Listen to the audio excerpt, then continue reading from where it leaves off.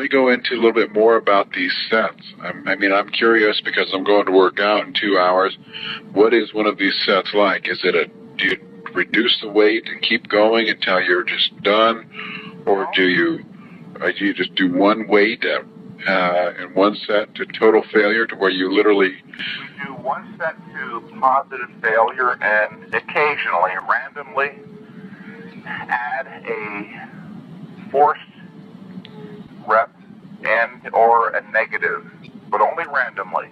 Now, if you're incredulous, if you're skeptical that one set could possibly be enough, Bill, it's still the logical place to start.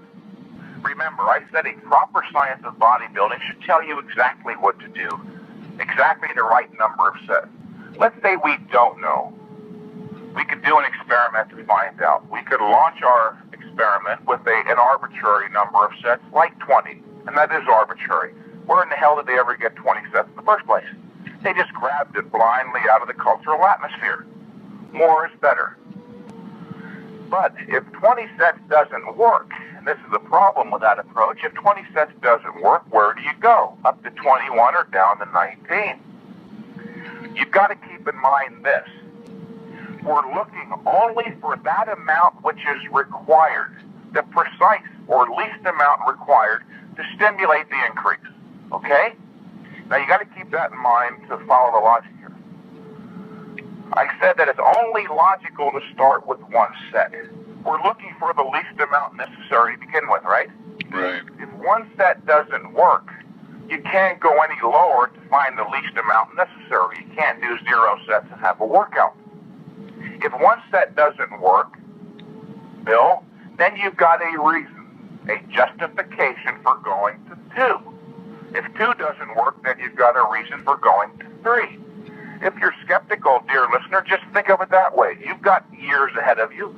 Start out with one set per exercise. If it doesn't work, you can always go to 2. Keep in mind, we're looking only for that amount of exercise which is required. Right. Minimum amount of exercise. This is not an arbitrary approach. If you start out with 12 or 15 or 20, that's arbitrary. If it doesn't work, where do you go after that? It's not like I've got some weird emotional investment in the idea of one. I'm looking for what works. I don't care about the past, tradition, dogma.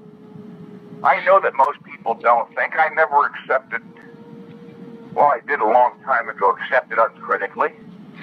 But my eyes were opened up by Arthur Jones when he said to me, most of what is published in all subjects is hogwash. And I studied that idea, and I saw that it was true in so very many areas. I saw that muscle magazines were not science journals. Right. So, I'm not denigrating muscle magazines here, by the way. I think they do serve a useful purpose. But you've got to learn to read critically. Oh, yeah, no, I agree 100%. What about, let's say that I had the opportunity to work out with you. Have you trained me? I'm going to forget, my multi-set workouts. I go to the gym, I'm going to hit upper body, or how do I break the groups down? Do I work arms, one workout, or shoulders, or? I have my new clients start out on a Monday with chest and back. Okay. For their chest, they do one set of flat bench dumbbell flies or pec deck, followed immediately in pre-exhaustion superset fashion by a set of close grip incline presses, a total of 2 sets. That's it. Very often after that superset, I'll have a new client ask me this question: Mike, why don't we do another set? My stock reply now, Bill, is this: you can give me one good reason, not 2, just one, why we should do another set, I'll consider it. Well, several years now, having trained over 400 people, not one single individual was able to give me one good reason why I should let them do another set. If I were, then they would be justified in asking to do another one after that. You see my point? Yeah, I see your point. We're looking for the precise amount required. So what do you think? Do you think those are the best exercises for the chest, then? Yep. And that's flat dumbbell flies? Flat bench dumbbell flies followed immediately by a set of close grip incline presses.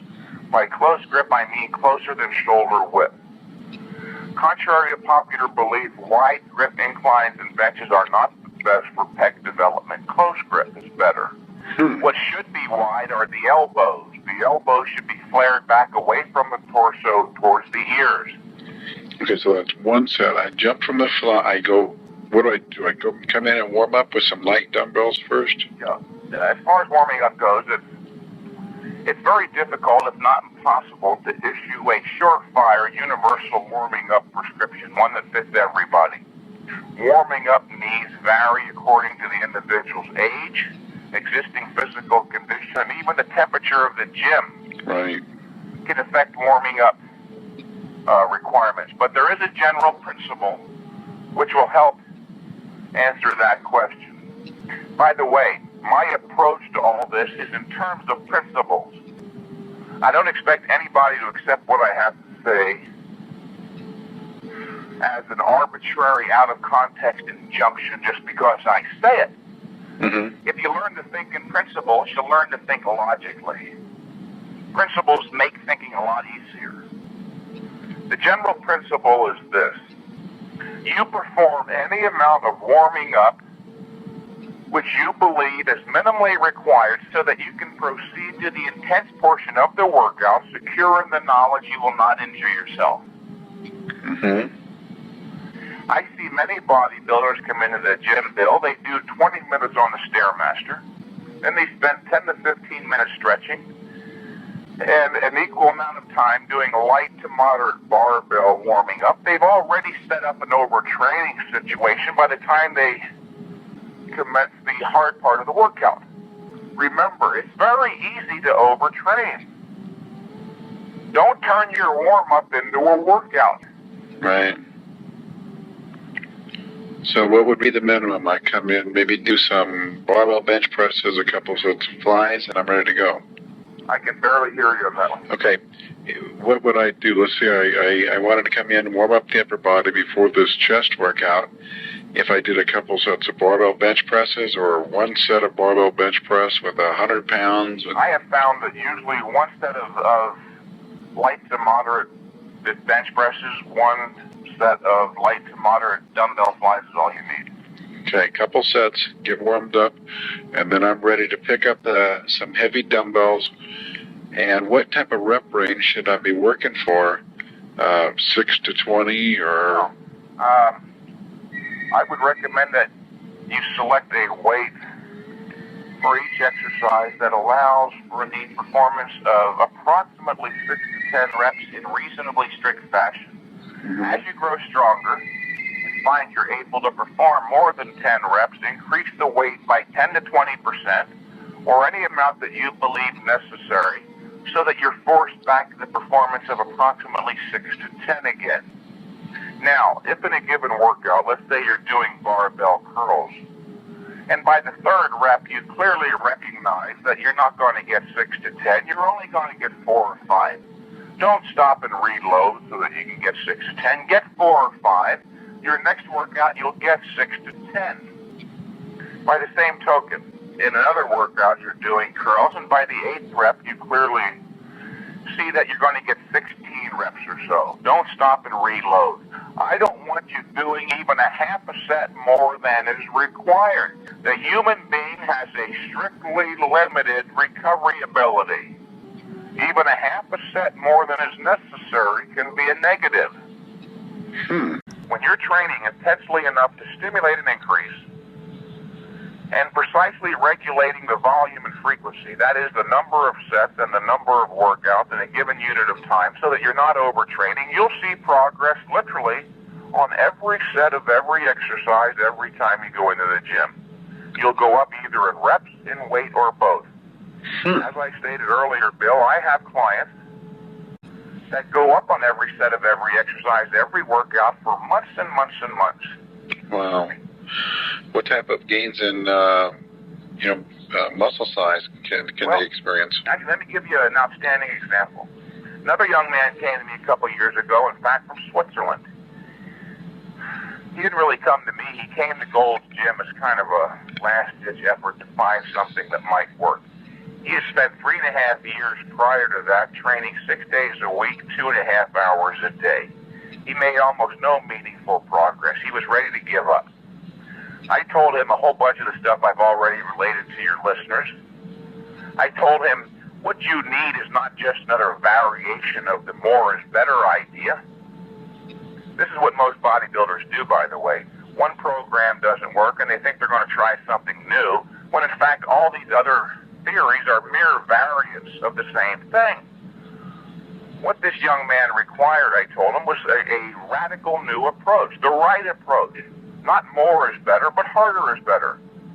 And I told him, like I told your listeners, that the harder you train, the less time you can or should train.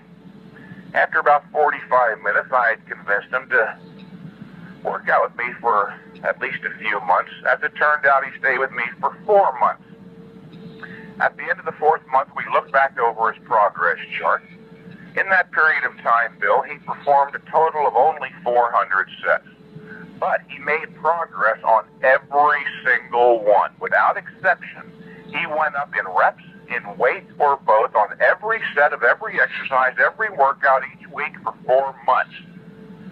In some areas, he doubled his strength, and with his legs, he tripled. And he gained 38 pounds. Jesus Christ. And it wasn't just a mixture of fat and muscle. His girlfriend told me that for the first time in her life, she was able to see his abs.